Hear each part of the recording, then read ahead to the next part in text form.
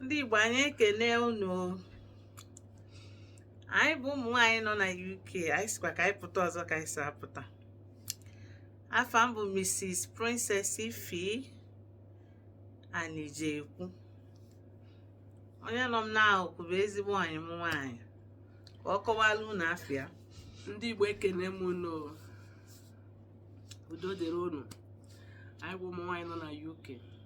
Anyị sị ka anyị wetakwara unu ọzọ taa. Afa m bụ aha m wụ maka awụ m onye Imo. Aha m wụ Mrs. Nkiru Marcus. A na-etu m ijele nwanyị. Ndewo. Ihe anyị ji maka ya wee pụta n'ụbọchị tata bụ maka emume a na-eme echi, ụbọchị a na-egosi ịfụnanya nke ndị oyibo na-akpọ Valentine Day. Anyị wee buli ya wee pụta n'iru akwụkwọ tata wee sị na ka anyị kọwaa nke ka mma. Anyị nwa bụ ụmụ nwaanyị, anyị na-asị na ụmụ nwoke adịghị echetezi anyị. Ihe anyị na-achọ aga na-enye anyị mbọsị Valentine Day.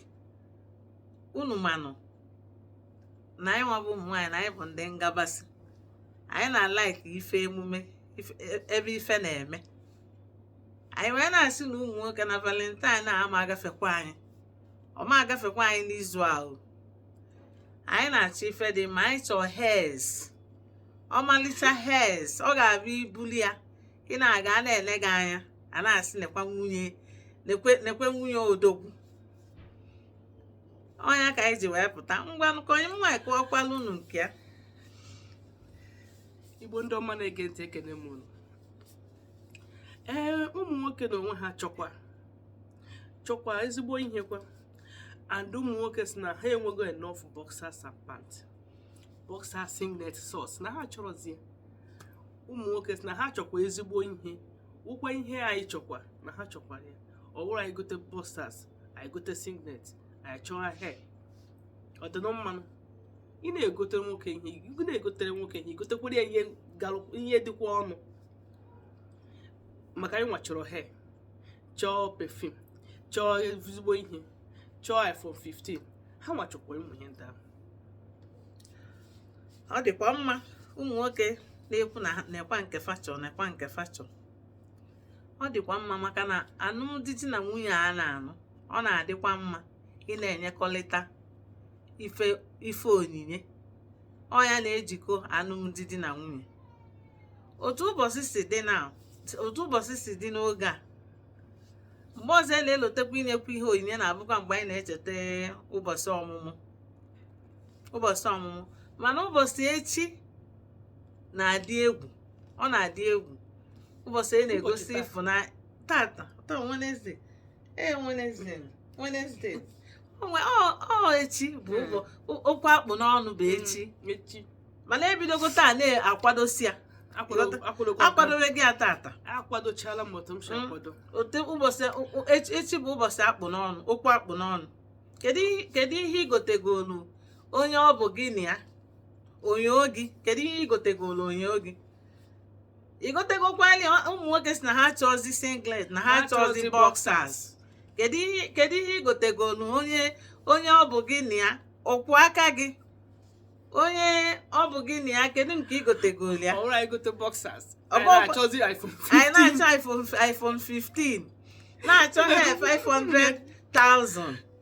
Kedu nke igotegolu onye ọ bụ gị na ya? Onye anyị ji wee pụta ebe a. Jekwa chọọ ihe tọrọ atọ ị ga-eji wee melu di gị Valentine Day echi. Echi bụ ụbọchị akpụ n'ọnụ. Onye ọbụla gaba ebe ọ ga-aga pụwa taa. Ọ bụ na igotegokwa ikwadola ya di gị echi. Ejikere m otu m kwesịrị isi ejike. Ọzọ echi Ya ihe niile na-eme, ihe niile ga-eme echi.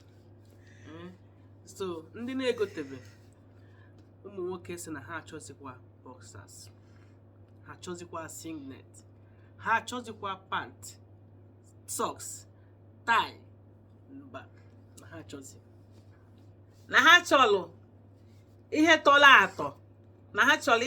atọ ezigbo ihe jee gotelu ha ezigbo akpụ ụkwụ akpụ ụkwụ, ezigbo akpụ ụkwụ eji ama odogwu, ezigbo suutu eji ama odogwu, na ezigbo pefim eji ama odogwu. ọgwụkwa nwunye odogwu n'ọnụ, nwunye odogwu, onye ọbụla nwunye odogwu asa odogwu asa odogwu. Odogwu ọmakwa na ịwa asị ya, odogwu a ọmakwa na ịwa asị ya, ka ị na-eme asụ odogwu, odogwu amara na ịwa asị ya. Ọkwa ime ị na-eme asụ odogwu, odogwu ma na ịwa asị ya. Ọya ha anyị na-ekwu taa. Ọ ga-abụ ebe ọ nọ o jiri gị na-eme ngala, ebe ọ nọ o jiri gị na-eme ọnụ, na asa odogwu na-eme ọfụma, asa odogwu na-eme ọfụma, asa ya na-emekwa ọfụma, asa odogwu a na-emekwa ọfụma. Ọwụghị odogwu na-eme ọfụma, asa ya anaghị eme ọfụma. Ịfụta n'iru akwụkwọ na-asị asa odogwu, asa odogwu. Abata n'ụlọ, odogwu ọmakwa na ịwa asị ya. Ị kwadosigokwa maka echi Valentine Day, ụkwụ akpụ n'ọnụ, ọnya iji maka ya wee pụta. Ị kwadosigokwa maka echi ka ị ga-esi kwadoli ya di gị, ka ị ga-esi si di gị nekwa nke eji wee bịa n'ụbọchị taa. Enyi gị nwoke ma onye na-achọ ịnụ gị, ma onye na-fiansị gị, onye ọ bụ gị na ya, ị kwadosigokwala ya, ị kwadosigokwala odogwu ihe Valentine Day. Ọ bụrụ kwestọ anyị nwa anyị chọrọ hair, na anyị chọrọ ezigbo wọch a na-agba n'aka, a na-egolu anyị hair na onye bụzi okwu akpụ nọ n'ebe ụmụ nwaanyị nọ bụ hair. A na-achọ hair n'ụdị ọbụla, luxury hair. Ọ dịkwa mma ka anyị fụrụ ka anyị si nọlụ, ka anyị si wee nọlụ. Anyị bụ na asa odogwu, anyị bụ na asa odogwu, na anyị nọ n'ọfụma, na anyị nọ n'mma, ịfụrụ ka anyị si wee nọdụ. Nene anyị, ị na-afụkwa anyị, na-afụkwa ka anyị dị. Ọ na ọ bụrụ eziokwu, ọ na-eme ka ọ na-eme, ọ na-eme na ọ na-eme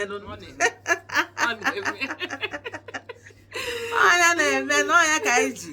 Anyị bụ asa odogwu, ma ị kwere anyị ekwetara gị, ịghọtago. So echi bụ Valentine Day, 14 February 2024 bụ ụbọchị akpụ n'ọnụ. Kedu nke ị kwadogolo onye ọ bụ gị na ya? Kedu nke ị kwadogolo asa odogwu, slay queen?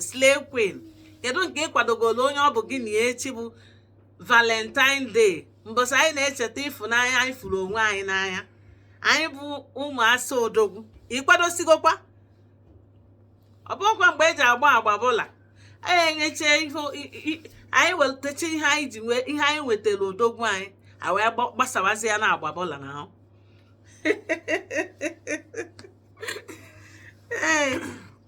Ọ dị egwu, ọ dịkwa egwu. Anyị ha iji maka ya wee bịa si ebe anyị na-akwado maka Valentine, ka anyị kwadosie ya ọfụma, ka anyị kwadochie ya ike, nwaanyị Imo nwụ kwadochie ya ike. Yes. Asambise mụ aba Asudi ide nwaanyị, ị na-anụ ya? Abụ m Ada Enugu steeti, Ada Nwanwa. Anyị na-emesi ife ike, ịghọtago. Ndị di anyị makwa, and ndị di anyị bụkwa n'odogwu. Ha ma na ya bụrụ obele nwaanyị, na anyị bụ nnukwu nwaanyị. Ihe anyị ji wee bịa bụ ka anyị gwakwa ndị asa odogwu ibe anyị, unu akwadosigokwa maka echi, maka anyị nwa na onwe anyị akwadosigokwa na-echezi echi ka ọ pụta, maka na echi bụ the D-Day. Ọkwa ịma na echi bụ the D-Day. Yes, Igbo ndị ọma na-ege ntị, ekele m unu, kelechi unu ike. Yes, nke onye chiri ya zelo. Afọ m bụ Nkiru Marcus, a na-eto m ijere nwanyị. Udo dịrị unu. Ọha anyị ji wee bịa. Anyị bụ ụmụ Angel Forum, ụmụ asa odogwu. Ọmụnwa bụ Princess Ife Ugwu. Di mụ bụ odogwu nwoke Chiganijekwu. Ọ fụsịlụ m si from Anambra, si na Adudi dị ya mma. Ọ dịkwana ya mma n'eziokwu. So ihe anyị ji bịa bụ onye malụ nke ọ na-eme dị mma, ya mesie ya ya mesiwe ya ike ike. mechie ya ike jidesie ya ike nke ị Mesie na-eme ya na-adịrọ ike. mma biko tụpụ ya tụpụ ya tụpụ ya tụpụ ya tụpụ ya tụtụrụ nke dị mma jide nke dị mma na nke dị mma dị mma. Ihe anyị ji bịa bụ jidesienụ unu ji ike ndị ji nke dị mma. Echi bụ D-Day, meenụ ndị ji unu obi dị ha mma echi, mana ụdị niile a na-eme ya meenụ ya n'ụdị niile. Deenụ ndị ji unu obi echi, welu na onyinye nyefee efe oke, nyefekwa afọ oke nke a na-eme n'elu bed. Ya bụla echi bụ D-Day, meenụ ya. Na high BP dịskwa too much, ọbara mgbali elu ọ dịskwa too much n'ụwa o. So echi bụrụ mbọsị ndị ji unu ga-adị aṅụrị, ha ga-enwe aṅụrị nwefee ya oke. Ọ ihe anyị ji bịa taa. aṅụrị dị iche. Aṅụrị dị iche. Isikwana na ị na-eje ọrụ na ị na-eme biznes echi. Awụ m Ada Mbaise, ọ mụrụ n'ụlọ lụọ n'ụlọ. Yes so. Aha dị Marcus Odogwu nwoke, ekele m unu ka ọ dịwa. Anyị ga-enweta nke a na njedebe n'ụbọchị taata. Mgbe ọzọkwa anyị ga-abịakwa. Bikonu ndị fụrụ onyonyo a, bikonu share, like, bikonu share and like, comment. Yes. Thank you very much. Biko anyị si ya dịrị unu na mma, nke onye tinye ya Ọ zero. ga-adịrị onye ọbụla na mma. Nke unu ga na-aga, nke unu ga na-aga, nke niile unu na-ebu njenye n'onwe n'aka. Ọ ga na-aga, ọ ga na-aga, ọ ga na-aga n'iru n'iru n'iru ka anyị ncha ga na-aga. Ise. Anyị bụ ụmụ Igbo anyị adịrọ nta. Ihe niile anyị na-eme anyị ji enyere onwe anyị aka ọ ga na-aga. Anyị si ya dịkwala onye enu mma, dịkwala onye anị mma o. Ise. Udo ka anyị na-anyị ụmụ Igbo, biko na anyị achọghịzị na ntịsa na aghasa. Ise. Biko ka anyị jikọta onwe anyị ọnụ, ọ ga-adịla anyị na mma. Biko ka ọ dịnụ, Ka ọ dịwanụ. ka ọ dịnụ. Oh, Unu emeela. thank you very Unu much. emeela. Please share, comment and like. Yes, so we love you all. Love, love, love.